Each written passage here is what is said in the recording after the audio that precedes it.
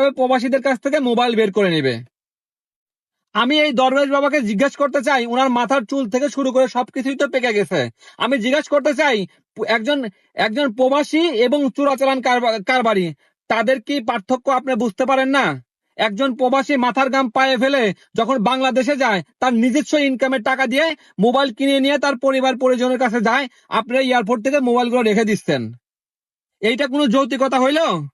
আপনার মোবাইল গুলা জব্দ করতেছেন। আমি একাই 3টা মোবাইল ব্যবহার করি। যখন আমি বাংলাদেশে যাব, তখন আমার মা, বাবা, ভাই, বোন, আত্মীয় স্বজন কেউ না কেউ তো বলবে যে বাপ, যখন